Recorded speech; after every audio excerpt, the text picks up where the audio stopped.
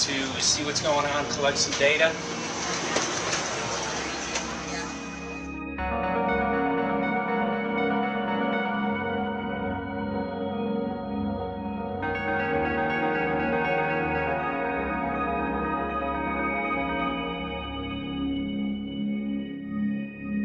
We thank you for having fun with us. Hope you enjoyed the trip.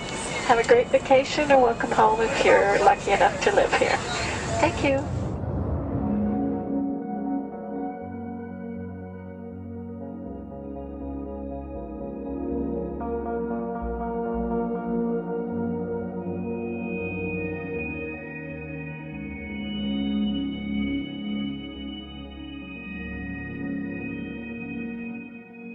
The whole valley's off the grid, so it's either solar, wind, or generators.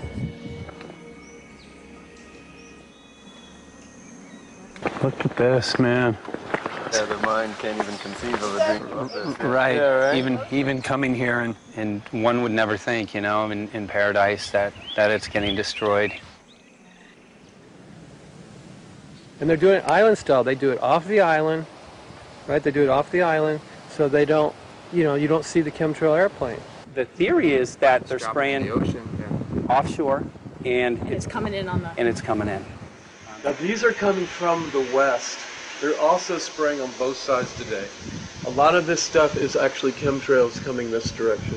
There's material that's blocking. We should be able to see to the horizon, you know, where the Earth curves, because we're high enough and we have the ocean, right? So we should be able to see. We should be able to see the Big Island. It's only 30 miles away. And you can see it's not a blue sky behind it. That's the key. It's all, you know, has that kind of weird looking blue, like silver blue, I call it. And this is a nice day. You know, there's no more blue sky.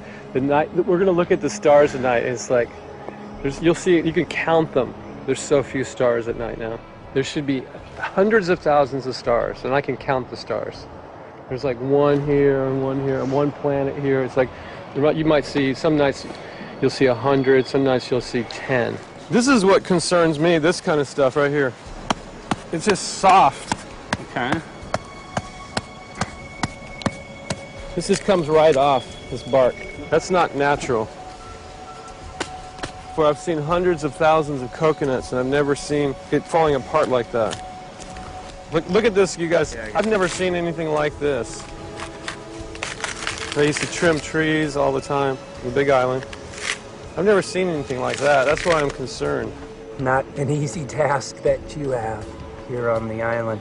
I could see the skepticism because it is so far beyond anybody's reality. It's amazing. It's just amazing to try to look through somebody else's eyes. Like my eyes, I can see this so it's like night and day, and other people are just. It's just the illusion is just so deep. What do you think would happen if everybody awakened to what was going on and what the plans were of geoengineers? I think they'd have a revolution in Hawaii if people really understood what was going on. What's your concern for? I know that you love the land here. What's your concern about the chemtrails?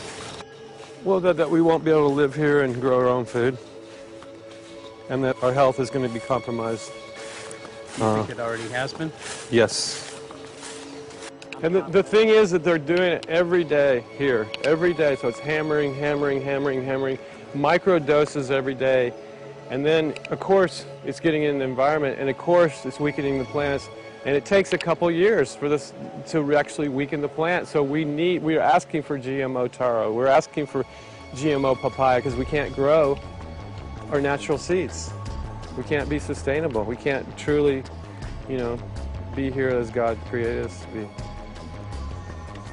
So my friend convinced me to do a hair analysis on my daughter.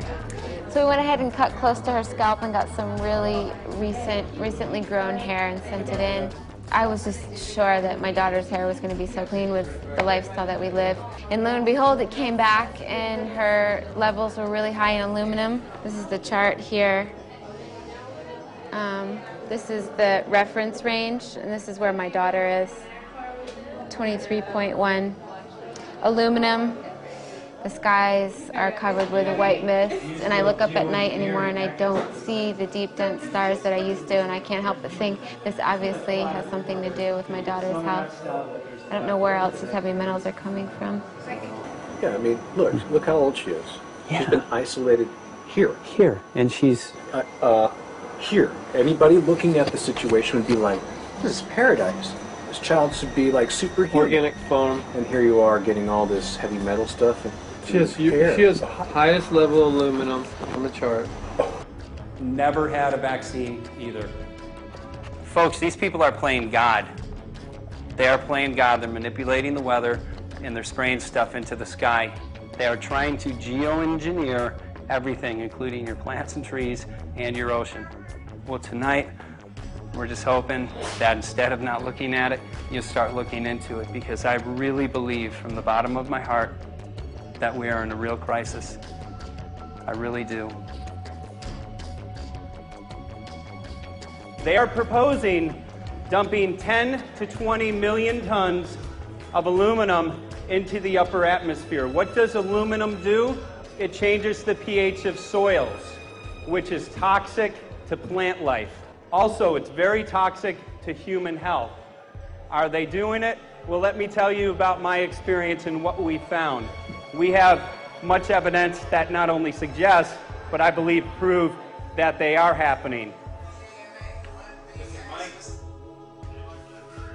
Jeff, what's going on? And as I promised, we're joined right now by a very special guest, Michael J. Murphy, currently on location in Hawaii. He's working on a documentary film called What in the World Are They Spraying? Michael, welcome to the program. Great to speak with you today.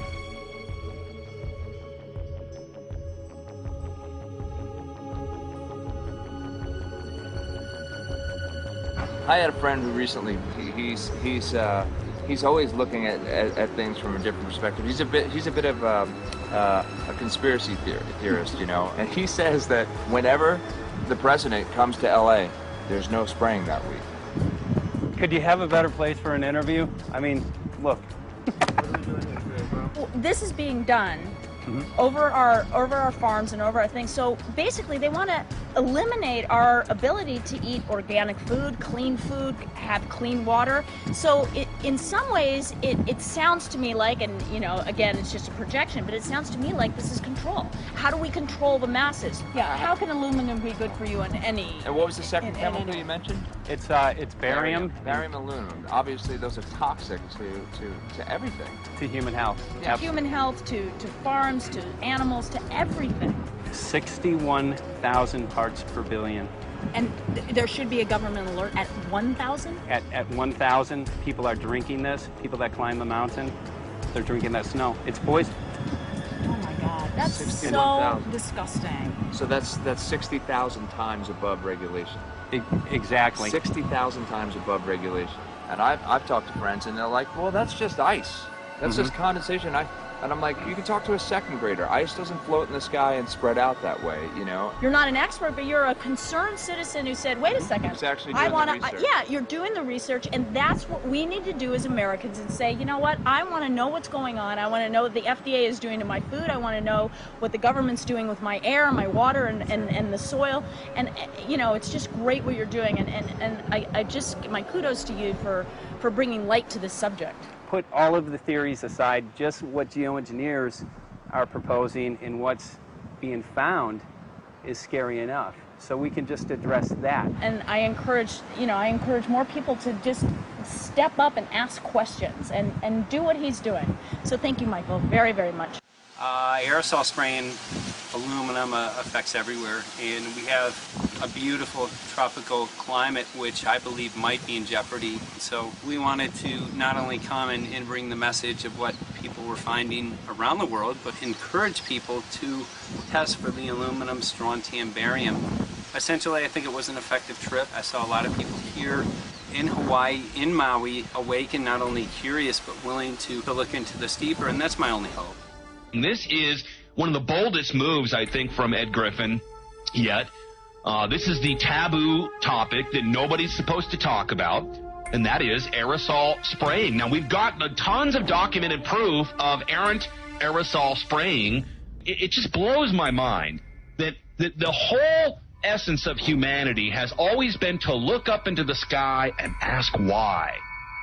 Though there are no limitations, there is endless space, an endless universe. Now, in the 21st century, we're not allowed to do that. Anyone who looks up and sees the giant grids and the X's in the sky that weren't part of our existence until just a decade or two ago is somehow called a kook. And the people that are the best and biggest proponents for the revolution and for liberty, they don't want you to talk about it because you could discredit them. It seems to be an industry that's being built up to milk the taxpayers by undergoing some kind of a giant global spraying program to make all kinds of money on the project. And they don't seem to care really what effect it has. They're not trying to experiment to see if humans can survive it or anything like that. They just want to get this stuff up. And then we discover, as we're going further down the line, that there are companies generating genetically modified organisms, or seeds, modified seed crops they're being engineered to resist the aluminum in the soil. And a lot of crops won't grow in that. And so now, after they've messed up the soil, all the farmers were going to have to go back and buy seeds that have been genetically engineered to resist the aluminum that have been put into the soil. And all of a sudden, mankind is completely dependent upon these companies like Monsanto and other giant agricultural firms. You can't even grow natural seeds anymore. And we're looking at that. It's a shocking thing. I hope we don't find that that's true. But all the arrows right now are pointing in that direction. We get into cost-benefit analysis here because there's also HARP could be involved in this. Geoengineering, as you guys mentioned, which is documented heavily in Dennis Kucinich's bill, that is the Space Preservation Act, which, by the way, I don't think got through Congress. And then Kay Bailout, as we call her here, Kay Bailey Hutchinson, also put together some legislation in order to qualify geoengineering, which, again, is supposed to save us all from global warming. But it is cost-benefit analysis because they can benefit on so many different levels. Ed, that's how they do everything, isn't it? That's right. And, you know, there's an old adage, if you just follow the dollar, follow the buck, you get to the source of the problem. And it looks to me like there's a tremendously profitable industry being built up right now around this concept of geoengineering or weather modification or reducing global warming and all of these other things that can be sold fairly easily to an unsuspecting public. They all say, oh, well, that's good. We don't want global warming, you know. And so they put up with this, and they don't question, they don't criticize. But behind the scenes, you see a whole industry being built up, which is, as I say, tremendously profitable. And the money for all of that is coming from the taxpayers. And it's a scam is basically what it is. We're just focusing on the one area that is real easy to prove. There's no speculation in the area that we're going into. They definitely are doing this geoengineering. They definitely are talking about it. They're working up formulas for it. They're putting together strategies for it. They've got funding for it. Everything is in place. We don't even have to go into those other areas to make the case. Okay, let them believe that, but at least they must understand that there's no question that they're talking about it and planning to do it.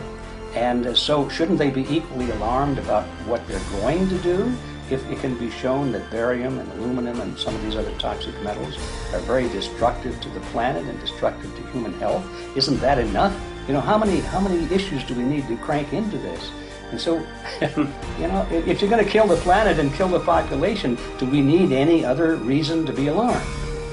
What in the world are they spraying? Thank God people are asking this question. That's all we want. We just want to be able to ask these questions. Our good friend G. Edward Griffin, all these years, Mike Murphy and Paul Wittenberg are doing this great effort with your help. This is a community effort to get people real information. What in the world are they spraying? Any final quick comments before we're out of time?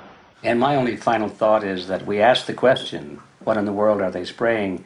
And we now know what it is. And folks, you're not going to like it.